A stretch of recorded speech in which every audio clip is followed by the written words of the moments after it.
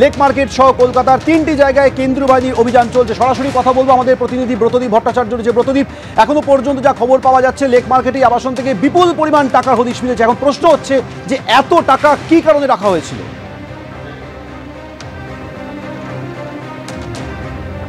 একেবারে দেখো, সেই প্রশ্নের উত্তর দিতে না পারার কারণেই কিন্তু সেই সমস্ত টাকা বাজেয়াপ্ত করে নিয়েছে ইডি আধিকারিকরা। তোমাকে জানাই যে আমরা দেখেছি যে আজকে বিকেলে কিন্তু টাকা গোনার মেশিন নিয়ে আসা হয়েছিল লেক মার্কেটে, এই আবাসনে যে অফিস রয়েছে সেখানে। এবং সেখানে এখনও পর্যন্ত যা খবর পাওয়া যাচ্ছে যে এখনও পর্যন্ত যে টাকা গোনা হয়েছে সে অঙ্কটা প্রায় 3 কোটির বেশি। একটি মেশিন কিছুক্ষণ আগেই ইডি আধিকারিকরা নিয়ে বেরিয়ে গেলেন, কিন্তু অপর একটি মেশিন এখনও সেই বাড়ির ভিতরে রয়েছে এবং সেইখানে কিন্তু টাকা গোনার কাজ এখনও চলছে। অঙ্কটা কোথায় গিয়ে দাঁড়াবে সেটা কিন্তু এখনও স্পষ্ট নয়। কিন্তু শুধু এই লেক মার্কেট নয়, গোটা দেশে যে বিভিন্ন জায়গায় প্রায় 20টি জায়গায় যে তল্লাশি অভিযান চলছে, সেখান থেকে মোট প্রায় 8 কোটি 80 লক্ষ টাকা, অর্থাৎ প্রায় 9 কোটি টাকা উদ্ধার হয়েছে। টাকার অঙ্কটা বুঝতেই পারছো, চক্ষু চড়ক গাছ করার মতন। কারণ এই যে লটারি সংস্থা, তার বিরুদ্ধে অভিযোগ রয়েছে কোটি কোটি টাকার, কয়েক হাজার কোটি টাকার জালিয়াতির। এবং সেই জালিয়াতির টাকা কোথা থেকে এসছে, কীভাবে হয়েছে, কীভাবে কালো টাকা সাদা করা হয়েছে, সেই সমস্ত তথ্য জানতে কিন্তু ইডি আধিকারিকরা 2 দিন ধরে কার্যত লাগাতার এই ম্যারাথন তল্লাশি অভিযান চালিয়ে যাচ্ছেন। রাজ্যের বিভিন্ন জায়গায় তো চলছেই, দেশের বিভিন্ন জায়গায় চলছে। এবং যেখানে আমরা রয়েছি কলকাতায় লেক মার্কেটের পিছনে ঠিক এই যে আবাসনে, এবং এই আবাসনেই ওই যে সংস্থা অর্থাৎ ফিউচার গেমিং, যেটা হচ্ছে ডিয়ার লটারির মাদার সংস্থা, সেই সংস্থার অফিস। এবং সেইখান থেকেই কিন্তু টাকা উদ্ধার হয়েছে। টাকা গোনার কাজ একদিকে চলছে যেমন, তার পাশাপাশি ইডি আধিকারিকরা কিন্তু সমস্ত নথিপত্র খতিয়ে দেখছেন। কারণ এই মামলায় কিন্তু নথিপত্র একটা অত্যন্ত গুরুত্বপূর্ণ ভূমিকা নেবে বলে মনে করছেন ইডি আধিকারিকরা। কীভাবে এই জালিয়াতি হয়েছে এবং কারা কারা যুক্ত আছে, কারা কারা এই সংস্থা থেকে তারা সুবিধা লাভ করেছেন, অর্থাৎ আর্থিকভাবে লাভবান হয়েছেন কারা কারা, কোন প্রভাবশালীর মদতে এই কারবার চলছিল, এই সমস্ত কিন্তু খতিয়ে দেখছেন ইডি আধিকারিকরা। একদিকে লেক মার্কেটে ঠিক এখানে এই অফিস, এই সংস্থার যে অফিস, সেখানে তল্লাশি অভিযান চলছে। ঠিক তেমনভাবেই এই সংস্থার এক আধিকারিকের যে ফ্ল্যাট রয়েছে লেক রোডে, ঠিক এইখান থেকে কয়েকশো মিটারের দূরত্বে রাস্তার অপর দিকে, সেইখানেও কিন্তু গতকাল থেকে একইভাবে তল্লাশি অভিযান চলছে। এবং যেটা ইডি সূত্রে জানা যাচ্ছে, সেখান থেকেও প্রচুর নথিপত্র তারা কিন্তু পেয়েছেন। এবং সেই তল্লাশি অভিযান কিন্তু এখনও চলছে, কখন শেষ হবে সেটা এখনও বলা সম্ভব নয়। কারণ ইডি সূত্রে খবর, যে সমস্ত নথিপত্রগুলি পাওয়া গিয়েছে এখান থেকে, সেই সমস্তগুলো খতিয়ে দেখার কাজ কিন্তু চলছে এবং সেইগুলোকে বাজেয়াপ্ত করারও কাজ চলছে। এবং তার পাশাপাশি যে ইলেকট্রনিক ডিভাইসগুলি পাওয়া গিয়েছে এই সব অফিস এবং ওই ফ্ল্যাট থেকে, সেগুলোও কিন্তু খতিয়ে দেখা হচ্ছে। এবং সেখান থেকেও বেশ কিছু গুরুত্বপূর্ণ ডিজিটাল এভিডেন্স ইডি আধিকারিকরা পেতে পারেন, এমনটাই তারা মনে করছেন। এই সমস্ত তথ্য নিয়ে কিন্তু এই যে লটারি জালিয়াতি, এই লটারি দুর্নীতির একেবারে তলে পৌঁছাতে চাইছেন ইডি আধিকারিকরা, অর্থাৎ কারা কারা জড়িত, কাদের মদতে এই কারবার চলতো এবং একই সঙ্গে কারা কারা আর্থিকভাবে লাভবান হয়েছেন এই সংস্থা থেকে, সেই সমস্তগুলোই মূলত জানার চেষ্টা করছেন তারা। অর্থাৎ এই লটারি দুর্নীতির উৎসে পৌঁছতে চাইছেন কেন্দ্রীয় সংস্থার গোয়েন্দারা। তাহলে কি লটারির মাধ্যমে কালো টাকাকে সাদা করার চেষ্টা করা হয়েছিল? সেই প্রশ্নের উত্তর খুঁজতেই অভিযান চালাচ্ছেন কেন্দ্রীয় সংস্থার গোয়েন্দারা।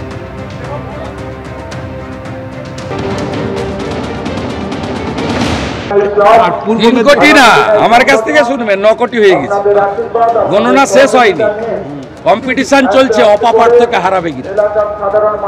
এই ডিয়ার লটারি, মার্টিন লটারি গোটা পশ্চিমবঙ্গের যুব সমাজকে শেষ করেছে। আমি 3 বছর ধরে সবাইকে বুঝিয়েছি যে সোল টিকিটে লটারি লাগে না, আনসোল টিকিটে লটারি লাগে।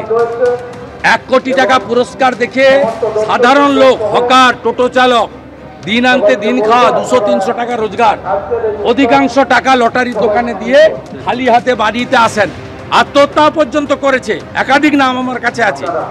ভাইপো লটারি 4,500 কোটি টাকা 2 বছরে রাজ্য সরকার ট্যাক্স নিয়েছে।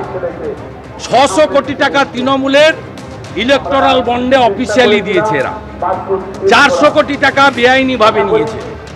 চেন্নাইতে বসে 21 সালে ভোটের আগে ডিল হয়েছিল, ভাইপো, ওখানকার যারা ছিলেন শাসক, এখনো আছেন তারা, এবং আইপ্যাকের লোকেরা, তারা ডিল করে দিয়েছিল।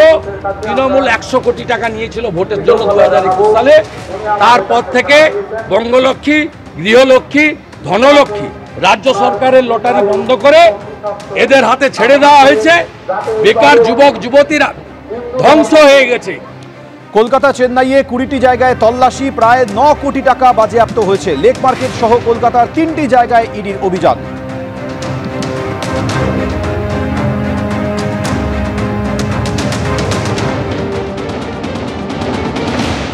টাকার কোনো রং নেই, কালো বা সাদা। কিন্তু আমাদের প্রধানমন্ত্রী বলেছেন নোটবন্দি করার পরে ক্যাশলেস সোসাইটি, তারপরে পার্লামেন্টে দাঁড়িয়ে বলেছেন ভ্রষ্টাচার সমাপ্ত। তাহলে আপনার এই প্রশ্নের মধ্যে প্রথম কথা হচ্ছে প্রধানমন্ত্রী মিথ্যেবাদী, ভ্রষ্টাচার সমাপ্ত হয়নি, বরঞ্চ ভ্রষ্টাচারীদের আড়াল করছেন। দ্বিতীয়বার মিথ্যে বলেছেন কালো টাকা নেই, তৃতীয় বলেছেন ক্যাশলেস। তাহলে একটা ঘটনায় প্রধানমন্ত্রী গোটা দেশকে মিসলিড করছেন তিনটে কথা বলে, আর আড়াল করছেন কারাপ্টদেরকে।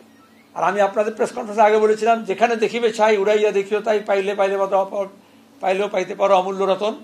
এখানে তৃণমূল বা বিজেপির যোগ দেখবেন, কারণ এই টাকাগুলো ব্যবসায়ী বলবে কোনো একটা রাজনীতিবিদের আছে, রাজনীতি বলবে কোনো একটা ব্যবসায়ীকে দিয়েছে। দেশি বিদেশি এই ধরনের বিভিন্ন জায়গায় এই ধরনের টাকা ইলগটেন মানি খাটছে। বিশেষ সূত্রে খবর পেয়ে কলকাতা, চেন্নাইয়ে 20টি জায়গায় তল্লাশি, কেন্দ্রীয় তদন্তকারী সংস্থার প্রায় 9 কোটি টাকা বাজেয়াপ্ত হয়েছে। লেক মার্কেট সহ কলকাতার 3টি জায়গায় ইডির অভিযান। 8 কোটি 80 লক্ষ টাকার হদিশ, অর্থাৎ প্রায় 9 কোটি টাকা এখনো পর্যন্ত বাজেয়াপ্ত করা হয়েছে। প্রশ্ন হলো, লটারির মাধ্যমে কি কালো টাকা সাদা করা হচ্ছিল?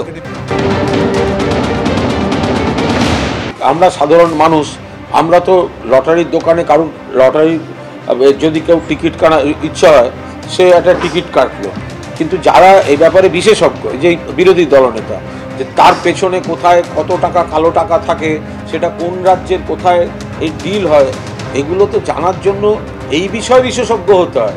যে কালো টাকা, গোপনে টাকা ঘোরানো, অন্য রাজ্যে কোথায় কোথায় ডিল হয়, তো এ ব্যাপারে যারা বিশেষজ্ঞ তাদের কাছেই তথ্য থাকবে। তো বিরোধী দলনেতা যখন দাবি করছেন তিনি বিশেষজ্ঞ, তার কাছে এই সমস্ত কালো টাকা, টাকা ঘোরানো, অন্য রাজ্য, এই সব বিস্তারিত আছে, তাহলে এইভাবে বাইরে কথা না বলে তো তিনি অফিসিয়ালি তিনি গিয়ে একটা লিখিত স্টেটমেন্ট দিন না, তিনি এজেন্সির কাছে যান, এজেন্সিকে গিয়ে বলুন এ ব্যাপারে আমার অগাধ জ্ঞান এবং তথ্য ভাণ্ডার, আমি এটা উইটনেস হিসেবে আসতে চাই এবং আমি লিখিত স্টেটমেন্ট, আমার স্টেটমেন্ট রেকর্ড করুন, মিটে যায়। তো অকারণ এইসব হাওয়ায় হাওয়ায় গল্প ছেড়ে বাজার গরম করে কোনো লাভ আছে?